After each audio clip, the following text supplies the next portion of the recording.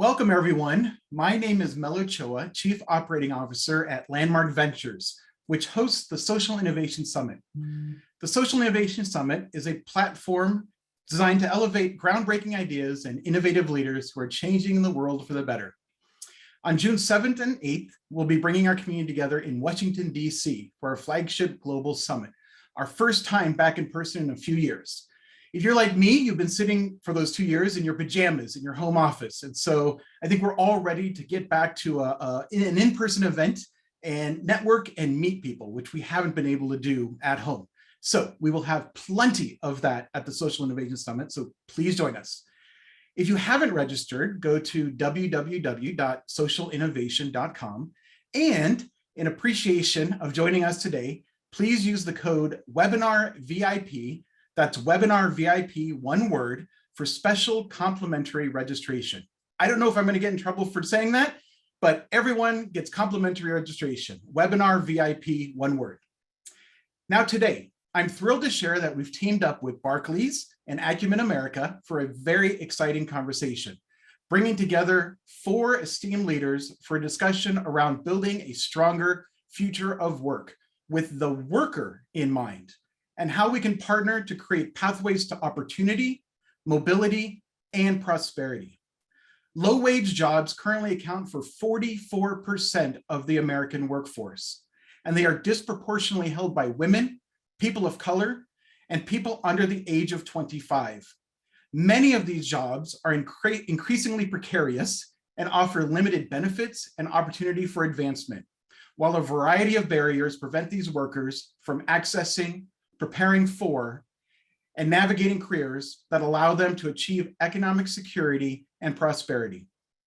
The pandemic further exacerbated these fault lines within the American workforce, with low-wage workers experiencing higher rates of displacement and challenges to reemployment, creating an urgency to reimagine how we move forward.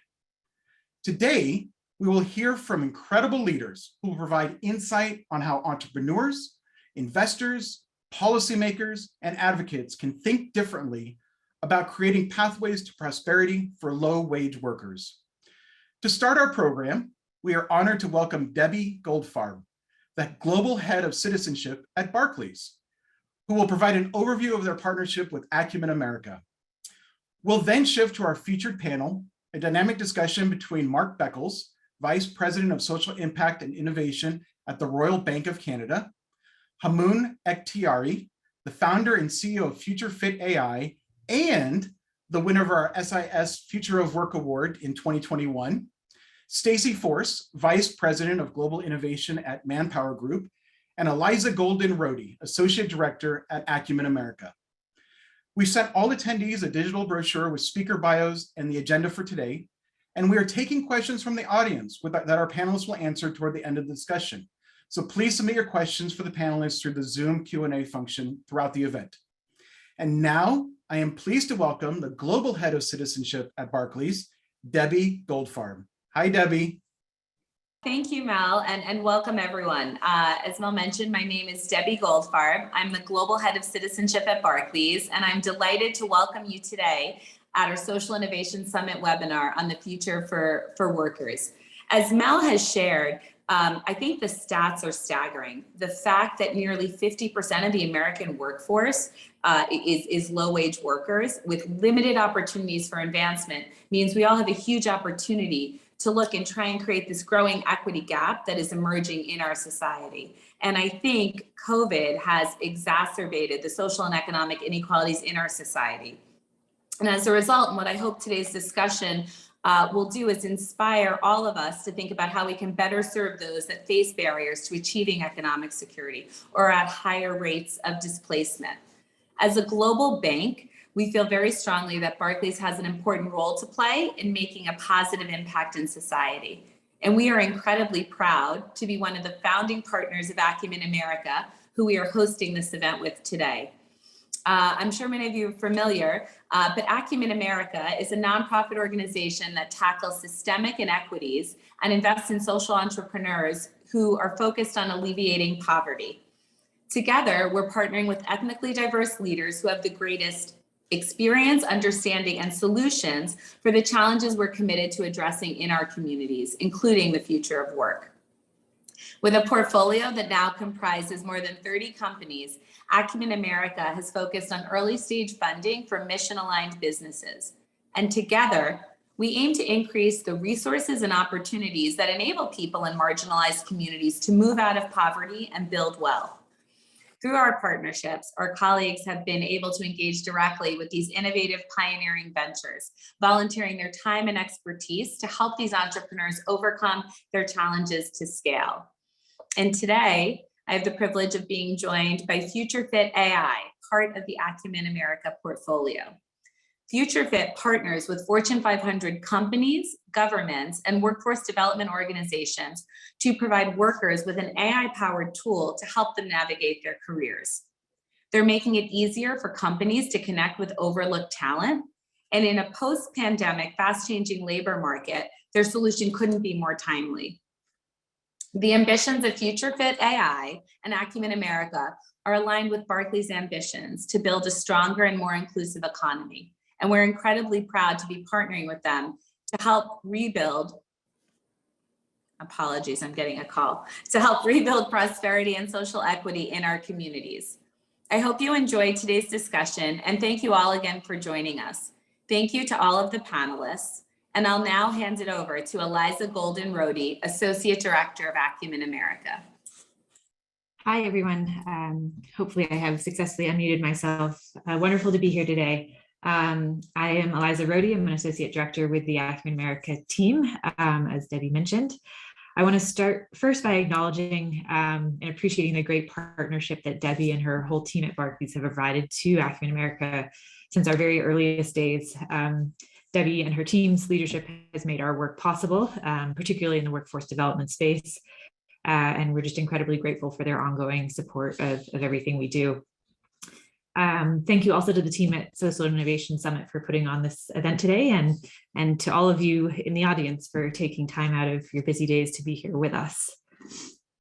Before we launch in to the panel, I wanted to take just a quick moment as a group to make space and acknowledge and grieve some recent milestones that we have seen as a country, and the first being the tragic recent shooting in Buffalo, the racist shooting in Buffalo, as well as the very stark 1 million COVID deaths milestone that we recently passed as a country. I think in very different ways, both of these events underscore the great challenges that our country still faces when it comes to race relations and racial equity, and really symbolize a big part of the why of the work that my team does at Acumen America. So I'll just take a quick 15 seconds with everyone for a moment of silence to acknowledge these events and the lives that we've lost.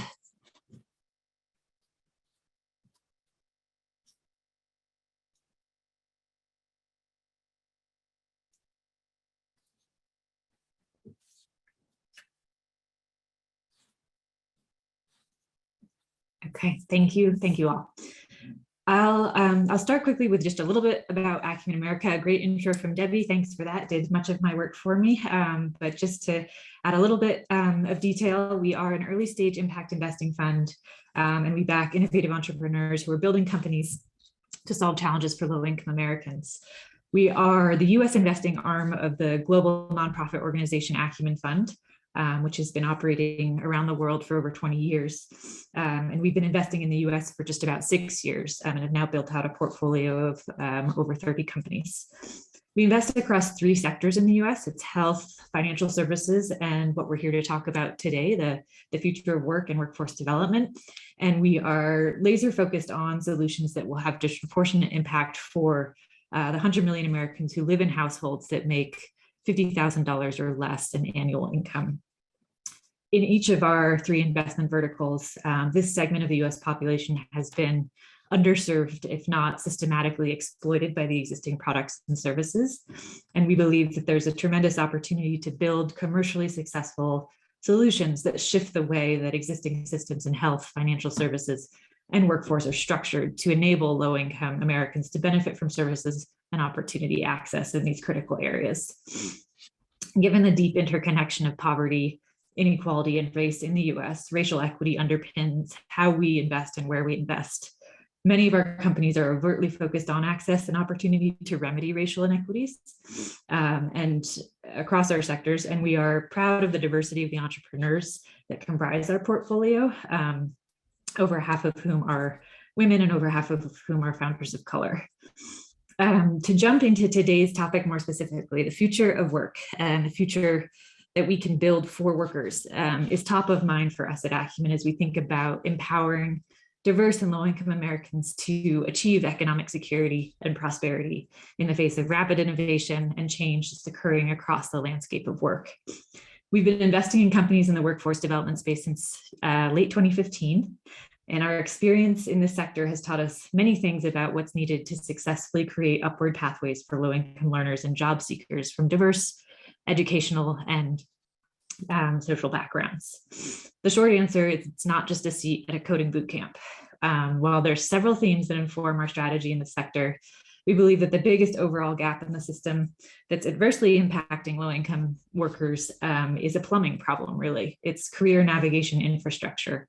In order to create greater upward mobility for low-income Americans, we believe that individuals need better support to understand available career pathways, to access relevant resources, to build the skills and competencies they need, and then to effectively connect to opportunity. And this is why we got really excited when we met Hamoon Akhtiari and his team at Futurefit Ai. So we're lucky today to have Hamoon here with us, along with Stacey Force from Manpower Group and Mark Beckles of Royal Bank of Canada. And we're excited to talk about what they're doing and how they're working together to really reimagine a future of work that works for low-income workers. And so without further delay, I'm delighted to introduce you all first to Hamoon. Hamoon, can you tell us a bit about yourself and Futurefit Ai, and then we'll pass it to Stacey and Mark for quick intros before we jump into some questions. Sure. Thanks, Eliza. And hello, everybody. A pleasure to be back at the summit. So my name is Hamoon, part of the team here at Futurefit Ai, and our focus is all around what Eliza was just speaking to. What does it look like to build a GPS for your career with a focus on those who need it most to help navigate pathways to opportunity?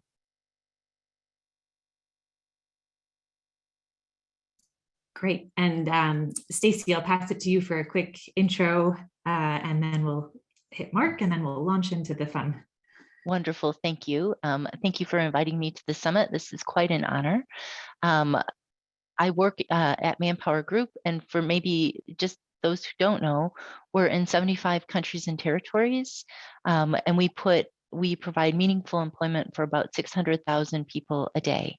And we generate about 87% of our revenue outside of the US. And in the role that we're working with Futurefit Ai, we are absolutely, this for us is disruptive innovation. It's how do we work with Futurefit to really help create those pathways for individuals that may not otherwise find their way into our system. So excited to talk more about that through this conversation today.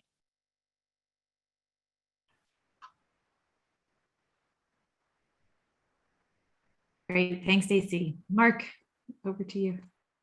Thanks, Eliza, and good afternoon, everyone. My name is Mark Beckles with RBC Corporate Citizenship, and I have the great pleasure of leading our portfolio of work around investing in key social impact portfolios at RBC, whether it be a focus on youth and empowering them for the jobs of tomorrow, focusing on how we leverage technology to positively impact climate change, or how we support the arts community, given that it is a $52 billion contribution to Canada's economy.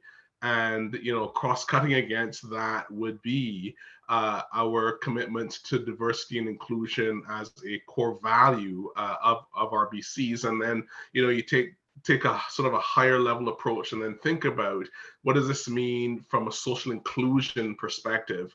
How do we ensure that we take an inclusive prosperity and an equitable sort of inclusion approach to the work that we do? So we're always challenging ourselves to think about from a social impact perspective, how are we investing on behalf of clients and shareholders and employees back into our communities in a way that allows us to demonstrate that we are moving the needle from a social inclusion perspective. And these are exciting times because these are opportunities for large organizations like RBC, global organizations that can actually make a difference and partner with other organizations, including Futurefit Ai, to acknowledge that we don't do this alone, but we do this together, that we are making a difference together on behalf of the most marginalized in society, wherever they are.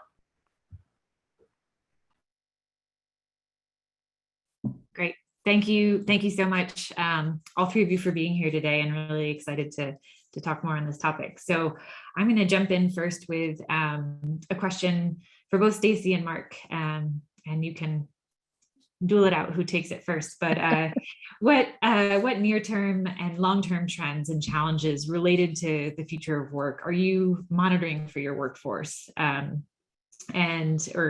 in your case, Stacy, as sort of an intermediary looking at the workforce, how do these question in particular, how do these trends sort of differ based on different segments of the workforce that may be impacted? High wage versus low wage workers, hourly workers, workers from different backgrounds. Curious what you're seeing and sort of keeping your eye on as you think about this topic. Sure. So I'll jump in first on this one. What we're seeing as Manpower Group is that skill shortages are at the highest levels since we started measuring. 75% of enterprises foresee acute shortage of talent for key roles, particularly in IT, analytics, and specialist areas. And that shortage is really very pronounced when we look at entry-level IT roles, including, quite a lot of cyber. Some of the short-term impacts that we're seeing, ways that organizations are starting to respond to this, is the sort of immediate desire to create less friction around the hiring process. And so we see organizations reducing requirements around things like drug screening and background checking. We see that organizations are dropping some of the traditional educational requirements that they've had and putting a lot more focus around work experience. And I think the thing that I'm really excited about is that we're starting to see a broader shift around hiring people based on their attributes and behaviors, and then a willingness to train people once they're in the organization. And I think putting that emphasis on personality and behavior not only helps us from a diversity, equity, inclusion perspective, but it also helps when people don't necessarily have the depth of experience. In terms of longer term trends that we're tracking, we see the pressure to upskill for organizations as being greater than ever.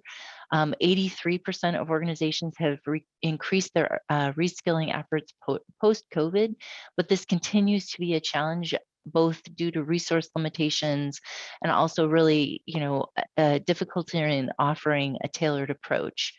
I think the other longer term trend that we see is the importance of culture and employee experience really rising in importance. And I think that is both, understanding what workers want, how we're meeting them where they're at, giving more flexibility, particularly when it comes to sort of remote working and hiring.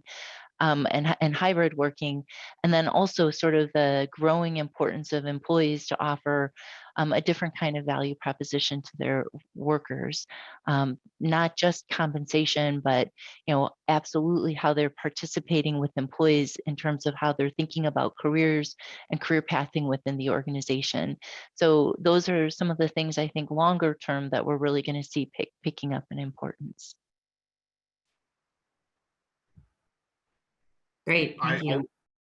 I would agree with much of what Stacy has just said, and I would just double click to say only that the talent war is over, and talent has won that war, and that is not in any way to suggest that we have got 100% ready talent that is ready to sort of adapt to the new world of work and what have you. In fact, talent is winning the war precisely because we don't have sufficient numbers of of individuals who are right skilled for the jobs of the future. And as a result of that, what is happening is for those sectors and for that small percentage of ready talent who are able to sort of move into roles, whether in sort of technology or finance or education or transportation, they're able now to sort of command compensation and flexibility in terms of the way in which they work in ways that hadn't been contemplated before, and certainly not prior to the onset of COVID-19. I think that's a good thing in many respects, because it has forced organizations, large employers, to think about the priority of upskilling the talent that they do have to drive innovation within their organizations, understanding that investing in their employees is the key to driving innovation and differentiation across brands and within sectors and so on. The challenge, though, is large companies can do that.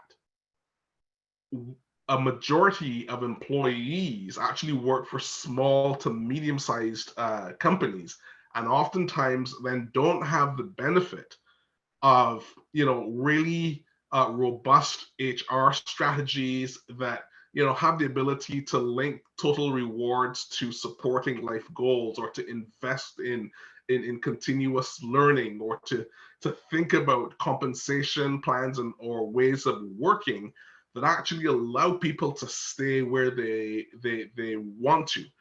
And that is the reason why partnering with an organization and leveraging the tools that organizations like Futurefit Ai present actually create a bit of a social leveling, because regardless of where you are across the globe, regardless of the industry set that you are in, what a tool like Futurefit Ai as a navigational aid allows individuals to do is to make informed choices within the context of this great migration that is happening in the world of work, that ensures that there's greater fairness, there's greater accessibility, there's greater opportunity, so that regardless of, again, your industry set, your skill set, you can nearshore, you can neoshore, you can onshore, and the world of work becomes that much more exciting for a whole host of individuals who, prior to now, have been constrained geographically or demographically, but now you have opportunities to say, where do I want to work, and what industry do I want to be a part of? Where do I need to sort of enhance my skills and so on, so that I can also be included as part of this world of work as it is evolving. Thanks, Mark. Great context. And so, Hamoon, I'm going to now flip it to you, and hoping you can tell us a bit more about this tool and this platform that Mark referenced that you're building, and really why you're building Futurefit AI, and what brought you to this work. Yeah, for sure. Thanks, Eliza, and great to be here. I think off of what Mark mentioned, the numbers that I often go back to in thinking about the work we do. A couple of years ago, we worked with the World Economic Forum on their Future Jobs report. And one of the top insights in that report that was two numbers, 90 million and 85 million. 90 million being the number of new jobs that are going to get created as part of the new economy that's being built. And 85 being the number that's going to get displaced, disrupted in one way or another in that time. I think the fundamental question at the core of that transition over the next couple of decades is, who is going to end up in those 90 million jobs? Are we just going to do things how we've done always and have that recycling effect Mark was speaking to, where the same existing workers might end up switching through to the new jobs that are being created? Or do we have those 85 million who are being impacted be able to take advantage of the 90 million jobs that are being created? And I think that that fundamental question of, is our starting point as employers, as governments, is our starting point to look at the number of jobs in the market and try to focus on more jobs? Or do we think about quality of job and then what kind of workers in particular we're filling those new jobs with over time? And we just, the reality of our system is, whichever report you look at, the frequency, magnitude, and complexity of career transitions are only magnifying and growing. And we fundamentally don't have systems to support people in transition. And that really was the genesis of our journey with Futurefit AI, right? As just a quick bit of personal context, I'm an immigrant kid who moved to this side of the world without knowing any English. I was a high school kid having to figure out my own pathway, struggling without any access to network, to supports, to information, anybody who could help me access that. I also watched my parents, qualified professionals, who had to change their names on their resumes just to get a call back. They had to remove qualifications and work experiences so they were more qualified for entry-level jobs that they might even have a single chance at. And so that was a very visceral experience of this. And then a lot of professional years was around the problem space of workers' talent and skills. And the genesis of Futurefit AI since day one has been based on a couple of core principles. One, this element of fundamentally in a world where pathways are becoming less visible, less predictable, we need tooling that helps people navigate those pathways with flexibility over time. The second principle being, you've got incredible stakeholders, both governments and employers and organizations like Royal Bank, like Barclays, like Manpower Group, who are deeply invested in their current and future workforces. And so partnering with them to make sure the platform could reach those who need it in those transitions. And then I think maybe the final piece of how the journey started for us was very much from a place of, when you talk, it's one thing to read PDF reports, it's another thing to talk to people, right? And when you talk to workers, what they care about is, where am I? What do I need to do next? So personalization to who they are, where they are in their journey, not prepackaged answers to a job or to learning. I'll pause there, but I know we'll dig in further. Great, thanks so much, Hamoon. Okay, well, so with that context set, Mark, I'm going to jump back to you here to take this first, and Stacey add on from there. What are some of the strategies at RBC and Manpower Group respectively that you've explored to tackle some of these challenges that we've just identified and highlighted? And if you mentioned this a bit, but why did you pick Futurefit AI specifically as a partner to engage in this work and tackle these challenges? Well, so to contextualize, what I would say is that, in 2017, we announced a program known as RBC Future Launch, which is a $500 million 10-year commitment designed to help prepare young Canadians for the future of work. And I have to tell you that in 2017, when we made the declaration and announced the investment, we could not have known that the world would come to a halt 3 years later as a result of COVID-19. And my point here is that we knew back in 2017 that there was this massive delta emerging between the extent to which young people were ready for the jobs of tomorrow and those actual jobs. Young people were graduating at high rates from post-secondary and telling us in large numbers that they did not believe that they were adequately prepared for the future of work. And employers, through data gathering, were telling us the same thing. We actually bank 17 million customers, 3 million of which are corporations. So we know, and we were able to talk to our business clients to know that quite frankly, the talent coming out of post-secondary institutions was not ready for an ever-changing workforce. And yet, when we talked to educators, a high number of educators felt that a high percentage of young people were being adequately prepared for the future of work. So we had this delta, this sort of what's the word I'm looking for, contradiction emerging. And as a result of that data, we launched RBC Future Launch. As I said, it's a significant commitment to help preparing young people for the future of work. And in the disposition or execution of that program, we knew that we needed to find partners, whether it be charitable organizations or vendor partners, who would allow us to propel forward in a way that allowed us to get significant chunks of young people ready for the jobs as they were changing and as they were emerging. We also did a body of research that focused on the level of disruption that was happening in the workforce. And again, all of this was prior to 2020. All of these issues have taken on an even greater significance in the wake of COVID-19 and post-COVID-19. Whatever anxiety and whatever concerns existed back in 2017 have ramped up by an order of magnitude so significant that I don't even think we quite understand it yet.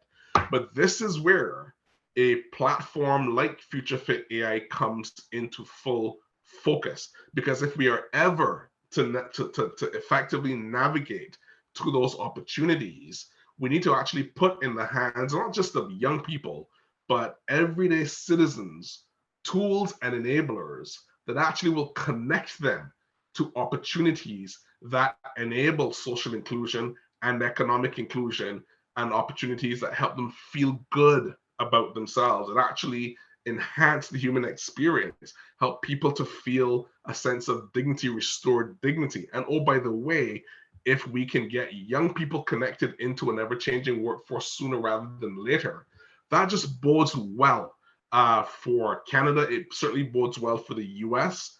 It bodes well for developing countries. That is the great privilege and benefit of being able to do the kind of work that we are doing. Yeah, that's fabulous. And so I think building on some of the things that Mark is talking about when it comes to putting tools in people's hands and really increasing their agency in terms of being able to go and explore and upskill. Manpower Group first started working with Futurefit AI through our Experis brand, which is focused on IT and IT skills. In 2021, we launched a program that we called the Experis Career Accelerator, with the goal of helping individuals opt into training and skilling into higher value roles. So that was really our initial intent.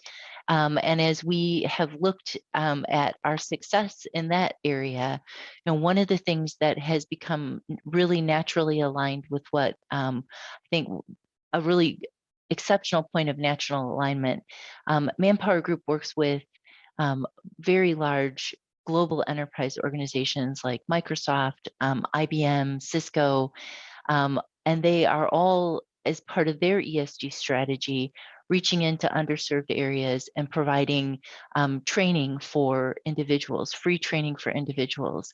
And one of the really lovely areas of alignment is, for Manpower Group, that opens up a potential workforce of, 250 million additional candidates. That's a huge number for us. And one of our goals is to, think about how we could take all of those learners from across the globe with potentially little hands-on experience or little direct IT experience, and really think about how we can leverage Futurefit AI to automate the way that we're assessing and dispositioning those learners. So leveraging the platform to help us think about their skills, their employability, their motivation, and then looking at, a high volume automated way for how we really disposition those people and help match them to roles and careers, while at the same time we're able to provide them with an automated way to access resources and support, so and jobs. So really bringing together that large volume of people that we're quickly trying to understand so that we can match to potential roles. Great, thank you both. I think exciting potential we all see here in what the platform can achieve in partnership with organizations like yours. Hamoon, turning to you, wanted to ask sort of around trends that you're seeing, maybe in the early data you have from the workforce that you're serving and interacting with. What are you learning about the worker experience and what workers, especially low-wage workers, need to succeed and to successfully access these pathways to economic security? Thanks, Eliza. I would perhaps call out three that show up quite consistently in the work we do. One is this need for all of us as governments, employers, system actors to shift from what generally has been a job and provider-centric model of workforce development, hiring, and talent to a worker-centered one. What I mean by that is when you talk to workers, job seekers, or workers at whatever stage, and I saw one of the questions about where in the journey am I, early as a young person or late in my journey trying to make a transition, it really is about, if you think of a GPS on the travel side, and Expedia, Booking.com, the question starts with, where are you today? Where might you want to go? And what is the path that best gets you there? Whatever the basket of supports might be the most suited to help you do that. Too often, what workers experience is a disjointed system where they're pointed to 50 different places to find different pieces of the puzzle. And so one of the biggest things we've worked with partners to do is to say, look, a journey might include skills development. It might include assessments, learning, and training. It might include wraparound supports and resources for those who might face barriers to access. And the platform allows our partners to bring together those various supports into one place. And then we use the power of data and AI to personalize that. Because workers often also tell you, I feel overwhelmed. I feel overwhelmed by all that's coming at me. What is most meaningful for me?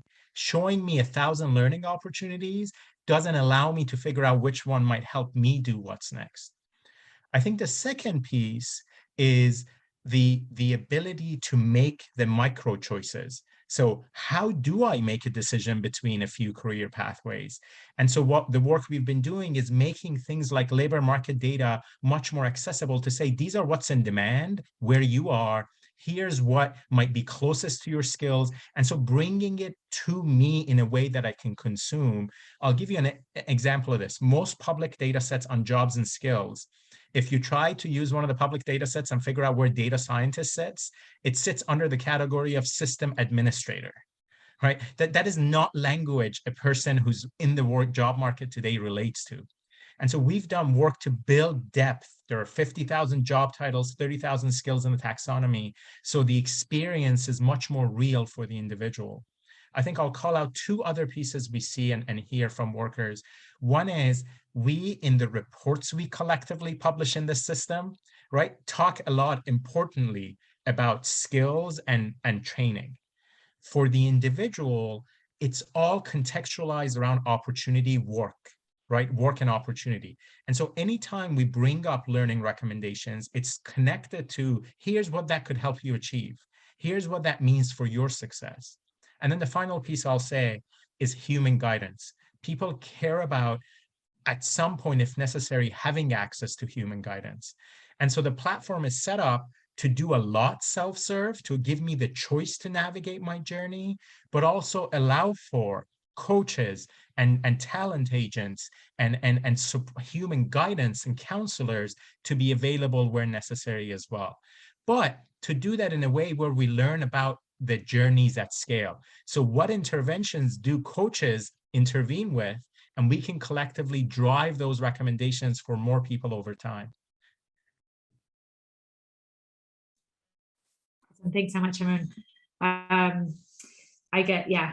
just get a lot of ideas and excitement just hearing you share that and what we're building towards. I know we're excited to be a part of it, working with you.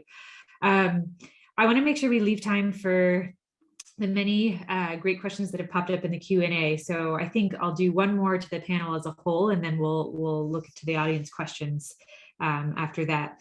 I think maybe to leave with sort of final thoughts before diving into the Q&A, give you a bit of an option for each of you. What have you learned that you think would be applicable to those in the audience? We have companies, we have entrepreneurs, we have policymakers. What sort of advice or wisdom would you share with this group? And or is there a specific call to action that you would share for the folks in the audience around how they can begin to change the way that they're thinking about this challenge and what they're doing within their own organizations to move the needle for workers? Let's start with Stacy. Sure. I think Manpower Group inherently believes that leveraging data to make hiring decisions helps reduce bias and really opens up opportunities based on sort of people's core skills and behaviors. And I think that the call to action I would want to leave this group is that some of the traditional ways that we have hired talent are going to have to change. Instead of looking for individuals that have the perfect set of skills, we really need to think about how we can leverage tools like Futurefit Ai to help identify the behaviors and attributes that an organization values and hire people for that fit, because skills can be learned once you have the right people in your organization. It's a radical idea, but I think one that will really help organizations take a broader look at available talent. Great, love it. Mark. Yeah, I will quote the hockey great Wayne Gretzky by saying that employers need to be where the puck is going, and employers might say, but where is the puck going? Well, we have the advantage and the benefit of data to help us begin to inform the arc. And one of the great things about Futurefit AI is just based on the level of data and insights that the platform is able to deliver to partners like ourselves, like Manpower and so on. We actually have the benefit of being able to say to those clients that we are privileged to serve as a bank, here's where we think the puck is going. Here's where we think there's going to be opportunities for the future. Here is how and where we think that we need to, or that you need to do a better job of matching talent to the opportunity to differentiate and grow your business. We know, for example, that climate change is real, and we know that we need to prioritize, transitioning to a green economy. Well, what does that mean in terms of green collar jobs? What does it mean for clients that are in that space? How do we take the data that we have within, sort of a Futurefit AI platform and understand how, companies are changing their business models as they drive to net zero to ensure that they improve climate change outcomes? Well, and we can get that data insights from within sort of a Futurefit AI platform. That is the level of data and complexity that is available to us, so that even if we don't know exactly where the puck's going, we actually can see the arc. And the most important thing is to be on the arc. You don't need to know exactly where or what. When we launched RBC Future Launch in 2017, it was a moonshot. We knew we had to fix a problem. We didn't know exactly what the problem was, but 4 years later, we're proud of the work we're doing. And I would say to you that Futurefit AI has been a key partner in solving that challenge. Great, thank you. Hamoon, last word before the Q&A. Yeah, I'll make it quick so we can jump into that Q&A. I think for me, it would be a call to action that comes from a personal journey, right? I, as an immigrant kid, not knowing English 20 years ago, wouldn't be where I am without people taking chances on me in different ways along that journey. A lot of that happened manually. If we're going to do this at scale for hundreds of millions of people, we need to combine human insight and audacity with technology and AI. And so if you're an employer, you have every chance to think beyond your boxes of job titles and beyond your walls of what you consider your current employees. When you think about future talent, define those pathways in a different way, rethink the requirements, go to particular pools of talent that you might not otherwise access, and build the pathways into your organization. When you do think about your current talent, not every one of those, as you go through business transformation, will necessarily remain in their current jobs or land or want to land in another job inside your company. You have a responsibility to help them transition regardless, whether it's internally or externally successfully, and it's good for the bottom line at the same time. And so that would be the combination of audacity and imagination with data and AI is our chance at this problem. Great. Thank you. Thank you all.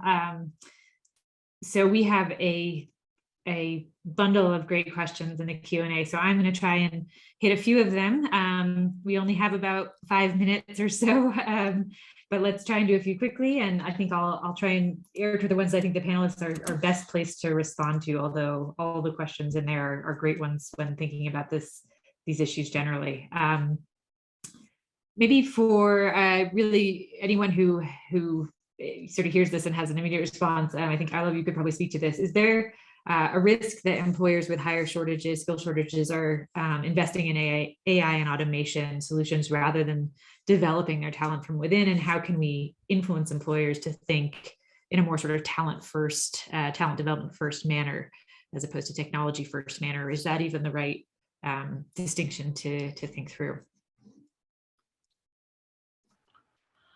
I would perhaps jump in to say, I don't think it's or, I think it's both.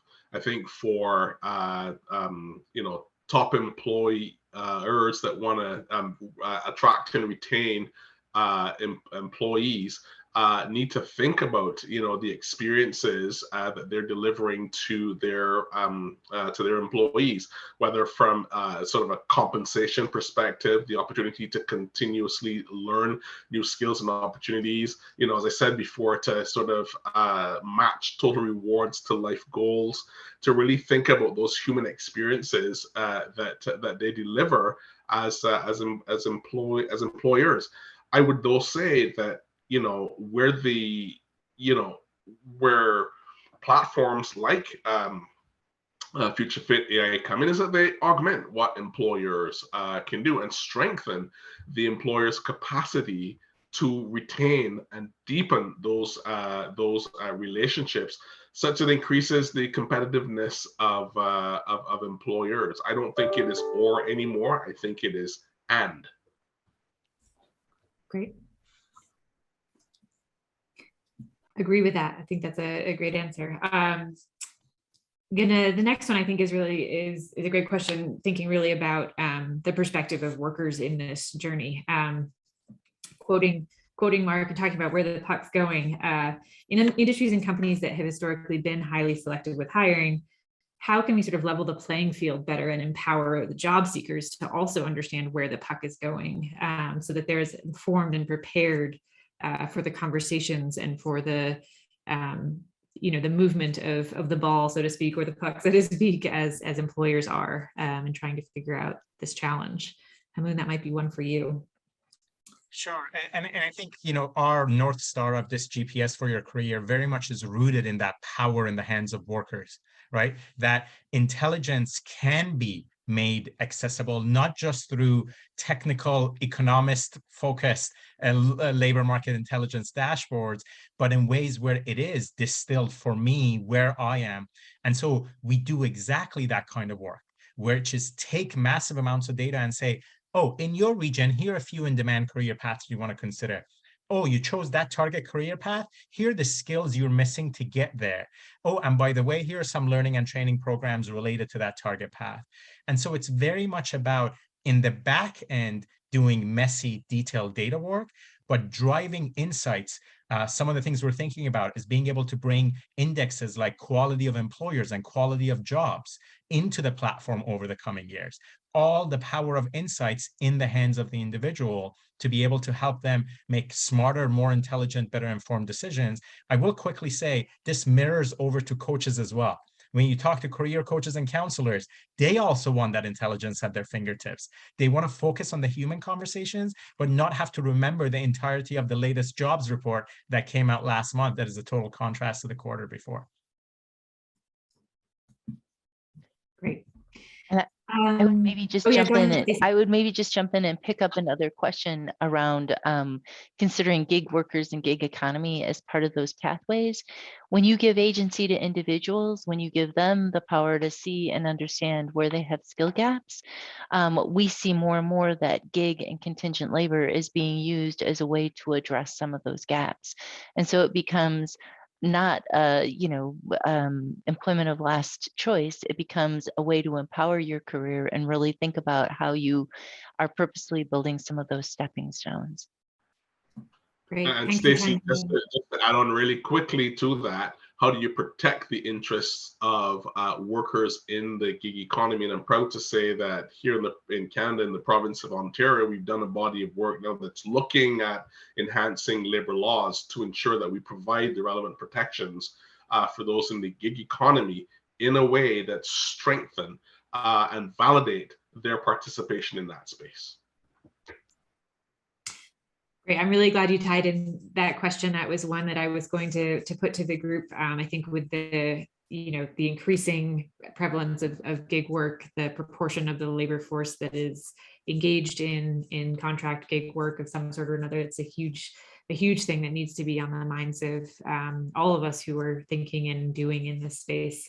And I think, Mark, your comments about what's happening in Canada is a great segue to the last question I was going to put to you all, which is around what public policy suggestions do you all have for sort of enabling progress in this space? Are there things that governments can be doing better in supporting these transitions, and how employers navigate this time to understand the challenges that they are facing, and also to help create better pathways for workers? Public policy suggestions.